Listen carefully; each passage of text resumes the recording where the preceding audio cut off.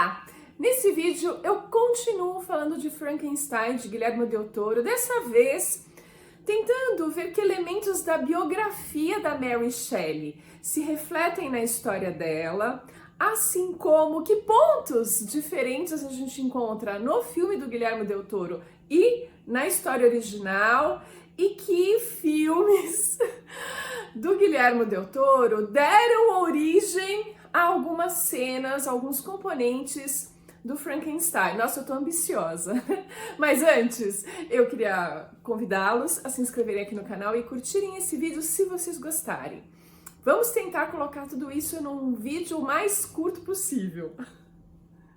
Vou tentar resumir aqui um pouco a personalidade, como se formou a Mary Shelley, que era filha de dois filósofos super bem-sucedidos, e aí tinha um peso desse sucesso nas costas dela, de certa forma, porque eles eram escritores também, poetas, enfim. A mãe é a Mary Wollstonecraft, uma das primeiras feministas de um trabalho super importante, mas que vem com uma carga de desafetos e desilusões amorosas antes de se casar com William Godwin, que é o pai da Mary Shelley.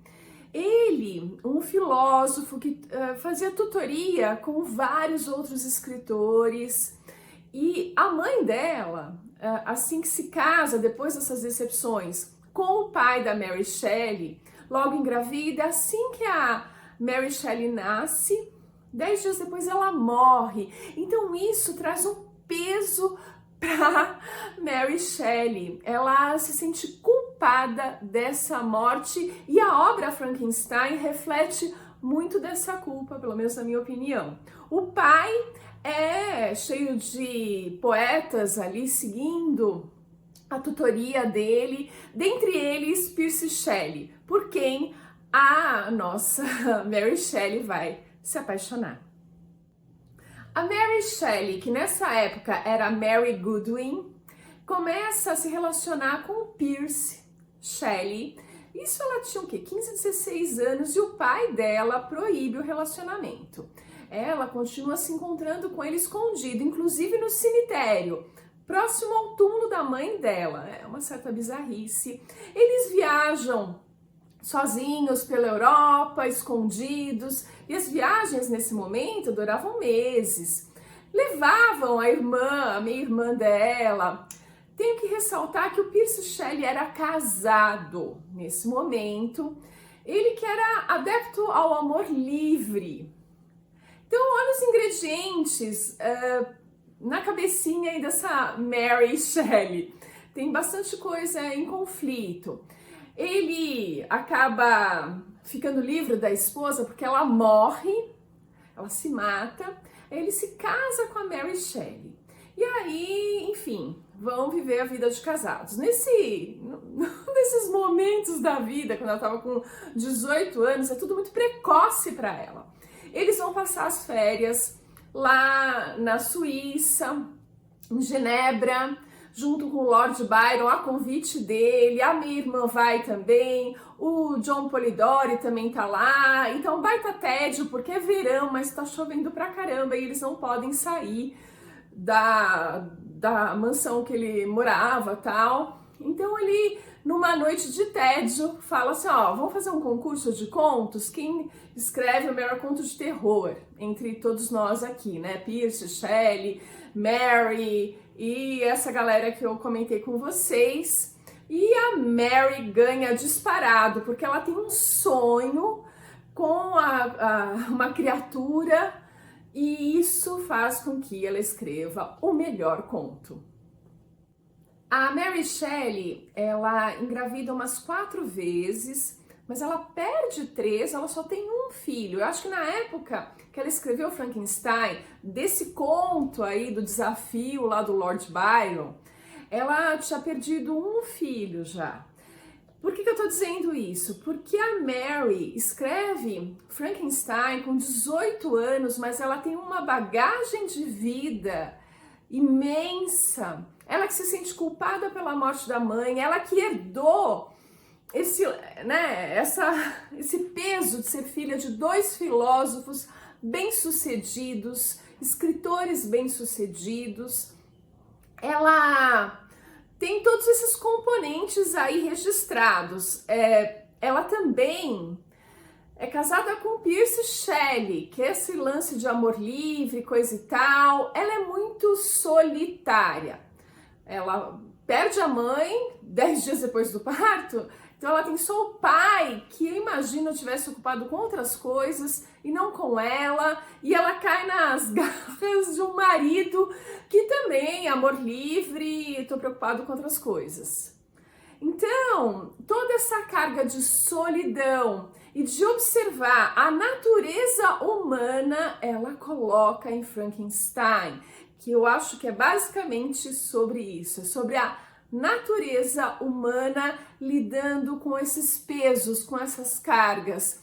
Como que a gente consegue se desenvolver como um ser humano, recebendo todo esse tipo de informação e sobrevivendo a isso? Que mecanismos você cria? E aí, criador e criatura se revelam de uma determinada forma, que é, no livro, um pouco diferente do que o Guillermo del Toro mostra no filme. E é claro, porque toda adaptação geralmente sofre adaptações para ir para a tela.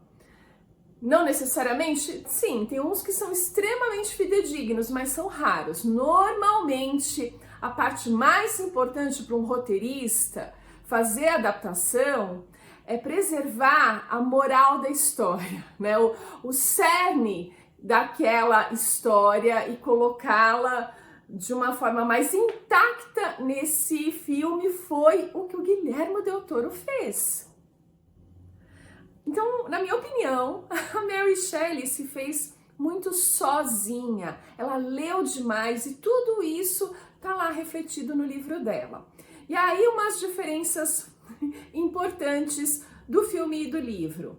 Para Mary Shelley, quando eu li o livro, a impressão que eu tive é que o Victor Frankenstein é um homem fraco, incapaz de olhar para a criatura que ele mesmo fez, incapaz de olhar para sua própria sombra, um homem que tenta fugir, fraco, que eu acho que foi a experiência dela com o masculino. Acho que nem o pai dela, nem o Percy Shelley foram homens que mostraram um lado masculino, deram essa força necessária para essa característica mais masculina. Então ela enxerga homem fraco. É isso que eu vejo no livro. E por sua vez o monstro é mais monstruoso, é mais difícil de olhar para ele, porque uma pessoa que não tem uma formação de personalidade mais íntegra e forte, ela tem dificuldade de olhar para sua sombra, para seus problemas. Ela tenta esconder, foi isso que ele tentou. Já o Guillermo del Toro faz um mergulho a mais nisso. Ele reconhece o egoísmo desse personagem da Mary Shelley, porque ele não consegue fazer as coisas porque ele só pensa nele mesmo e fica com medo de tudo. Não consegue assumir as coisas. Então ele assume tudo isso no Victor Frankenstein dele, que é um arrogantão, é um mega egoísta, mas aí ele tem uma personalidade mais forte. Ele dá cores muito mais intensas pro personagem.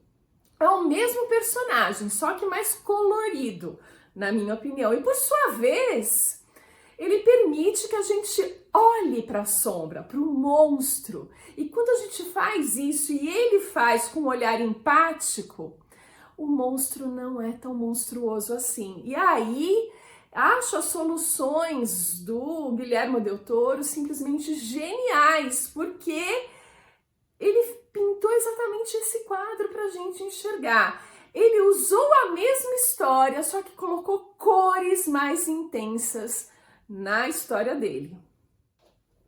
Assim, eu imagino que no livro da Mary Shelley, tudo é mais duro, mais seco, porque essa é a vivência da Mary Shelley. Ela enxerga esses elementos com uma clareza incrível, mas um olhar um pouquinho mais duro, porque ela pagou a conta por esses probleminhas das pessoas que ela conviveu.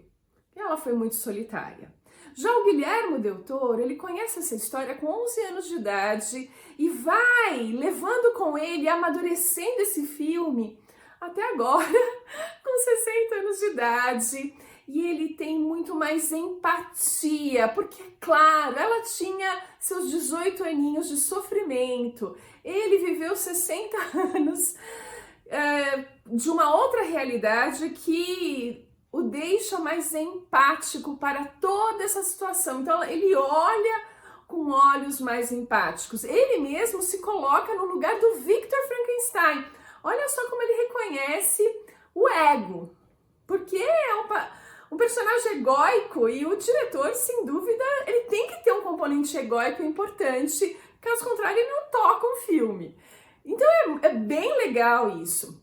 E aí a gente tem uma trajetória de filmes do Guilherme Del Toro que vão surgindo ao longo da história de Frankenstein.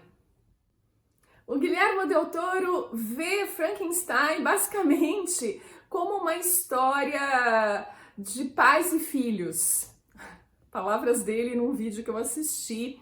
E aí vem o componente de bem presente em várias cenas. Outro filme dele que aparece ali retratado é A Forma da Água, principalmente na relação da Elizabeth e do monstro.